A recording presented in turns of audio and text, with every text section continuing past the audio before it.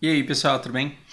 Bom, eu acabei de receber essa print aqui de um amigo meu e aí eu decidi vir aqui propor uma reflexão com vocês e conversar com vocês um pouco sobre Last Pick, um pouco sobre comp e um pouco sobre um perfil de determinados jogadores que é o de colocar o próprio score, o próprio desempenho acima da vitória do time. E isso é um assunto meio delicado, porque eu já fui esse tipo de jogador. É, E eu confesso que às vezes eu até sou. Quando eu acho que o meu time não tem condições de ganhar, eu fico mais preocupado com o meu próprio score do que com a vitória do time, às vezes. E eu admito que isso é um comportamento horrível e que fatalmente leva à derrota, sempre. Bom, vamos conversar sobre isso daqui então. É, então, isso é sobre o Last Pick, o Medivh ele foi o Last Pick e a gente precisa pensar sobre isso. O meu quadro de Last Pick, aquele que eu propus e que vocês gostaram e que vocês me mandaram vários prints que eu guardo com carinho até hoje, ele não tá rolando porque eu não tô conseguindo sincronizar o meu tempo com o dos jogadores. Eu mal tô tendo tempo para fazer vídeo, que dirá de combinar com os jogadores e conversar do jeito que eu gostaria, até porque eles estão todos muito envolvidos com os treinos para os campeonatos nos quais eles estão envolvidos. Mas é uma ideia que não tá morta. Eu também preciso que vocês agradeçam muito o Judite. Eu andei conversando com muitos jogadores, todos me trataram muito bem, me receberam muito bem. Tem alguns com os quais eu ainda quero conversar, tenho aprendido muita coisa. Eu tinha perdido completamente tesão de gerar conteúdo e o Judite, ele nem percebeu, mas ele me disse coisas que foram fundamentais para eu estar aqui, gravando mais. É, Espero que o conteúdo seja útil, seja bom para vocês, é o que eu desejo sempre. É, Vamos lá. O Medivh ele foi o last pick e ele falou: amiguinhos, peguem dois guerreiros porque eu vou pegar o DPS. E o time seguiu, ele era last pick, o time seguiu a orientação dele. E por fim, né, ele selecionou o Medivh, pediram pelo amor de Deus não pega. Ele pegou mesmo assim e disse: confia que aqui eu sei o que eu tô fazendo. Um comportamento, aliás, que eu já tive e que eventualmente eu até consegui convencer o time de que eu estava certo e de que eu consegui dar dano o suficiente. Quando o Medivh saiu, eu curti demais e eu peguei o nível 20 com ele muito rápido. Mas assim, isso me custou muitas derrotas de times que não entendiam, times que não seguiam os portais, times que não jogavam de acordo.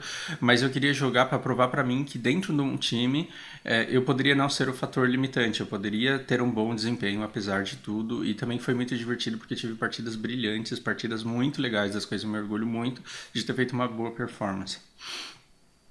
Como eu não jogo mais de Medivh, porque eu acho que ele não cabe, porque eu jogo geralmente random, quando eu resolvo jogar com ele, eu tenho uma experiência muito ruim e aí acabo não e acabo encostando ele novamente. Então, experiências aleatórias com o Medivh, sem estar num time fechado e sem que todo mundo tenha essa energia, são na grande maioria das vezes experiências muito ruins. Mas por que que o Medivh aqui, ele não era um bom last pick? Por causa do Kael. Porque esse mapa aqui, ó, Clareira Maldita, ele é excelente pro Medivh. Por quê? Porque o Medivh ele não pode errar o Q de jeito nenhum. E as lutas na Clareira Maldita, elas geralmente acontecem naquelas vielinhas que o cara não consegue dar dodge. Imagina um Asmodan na vielinha ver um Q do Medivh vindo. Pra que lado que ele desvia? Não, não tem. Que se os caras pegaram primeiro, por exemplo, né, Derraka e Asmodan, o pique do Medivh na Clareira Maldita é uma coisa muito inteligente, mas aí depois vem um cara e me pega Kael. Opinião pessoal, tá, gente? Eu posso estar falando bosta. Fica muito difícil para um Medivh counterar um Kael, porque o dano dele é em área e ele se espalha. E o Medivh a cada 5 minutos ele dá um ult de Ulter num cara, mas é em um só. Então o que, que a gente vai ter? A gente vai ter dois guerreiros e um Ragnaros. Então o Medivh, como last pick nesse caso aqui, ele tinha que ter pensado não só que do outro lado ele tem um Kael, mas que a gente pegou que o time azul pegou um Ragnaros. Eu não tava nessa partida, tá? Isso daqui foi de um amigo meu que me mandou de uma outra conta. O time azul ele tava com um Ragnaros que precisa avançar, e aí quando ele avança, ele fica exatamente na mesma linha da Johanna e da Diva. Então o Kael ele solta uma bomba viva e joga um Q ali, ele estaca o Q dele rapidamente, e ele inevitavelmente vai espalhar a bomba viva dele, a não ser que os caras fiquem alternando, mas aí o cara que estiver na frente morre.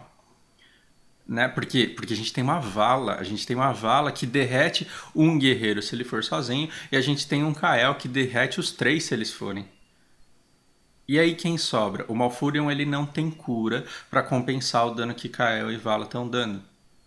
Então o Medivh ele precisa ir muito atrás da frontline e consegue ter raio. Agora, o que alcança mais? A Vala na Johanna ou o Medivh que está atrás da Johanna tentando acertar o Q na Vala?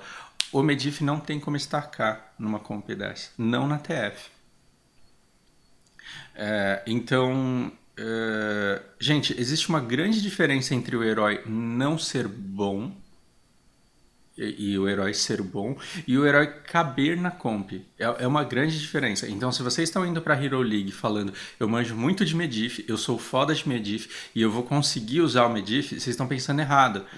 Se você for first pick, eu acho que você já comete um engano, mas tudo bem. Tudo bem. Agora, se você é last pick e não pensa no que os outros pegaram, na sinergia que o seu time vai ter, é complicado. Então, como dica, quando você estiver lá no lobby sem saber o que fazer, imagina os cinco naquela caverna perdida lá e imagina todo mundo soltando skill e quem ganha num embate desse. Parem e pensem, você tem três na frontline e um cara que vai precisar avançar e quando ele avança ele se fragiliza. Do outro lado você tem muito dano porque o tiro da vala, a Vala machuca muito e o Kael machucam muito, e uma defesa do Medivh que não neutraliza o dano em área que todo mundo tem. Eu tô repetindo, tô sendo repetitivo demais. Mas é isso aí, espero que vocês tenham entendido.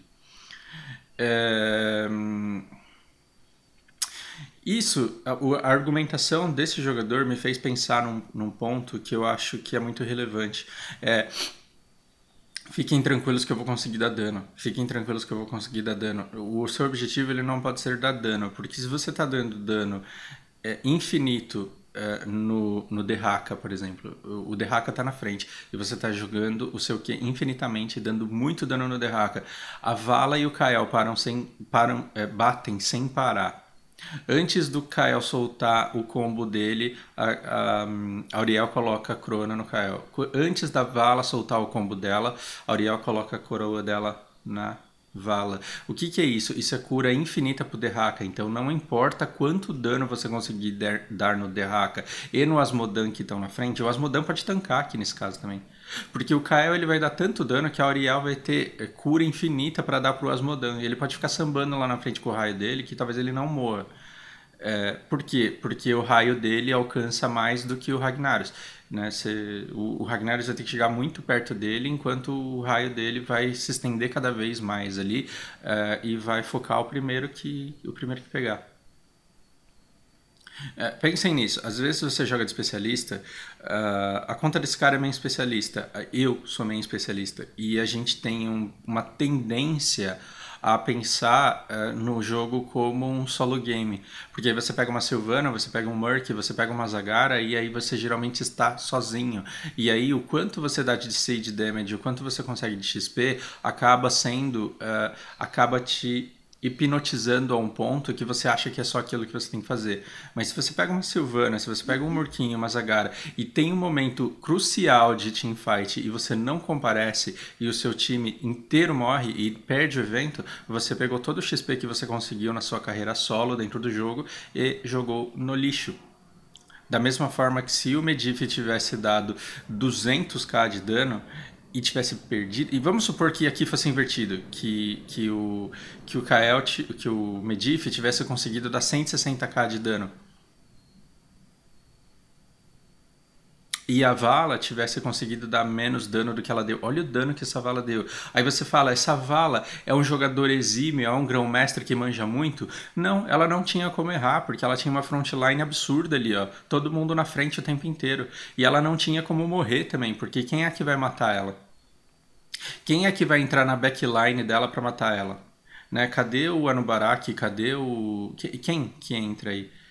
Né? Então a gente... mesmo se você tivesse invertido esses placares aqui, o time vermelho provavelmente ganharia. Então não foque naquilo que você acha que você consegue desempenhar. Foque-se naquilo que vai te levar à vitória. Acho que essa é a dica.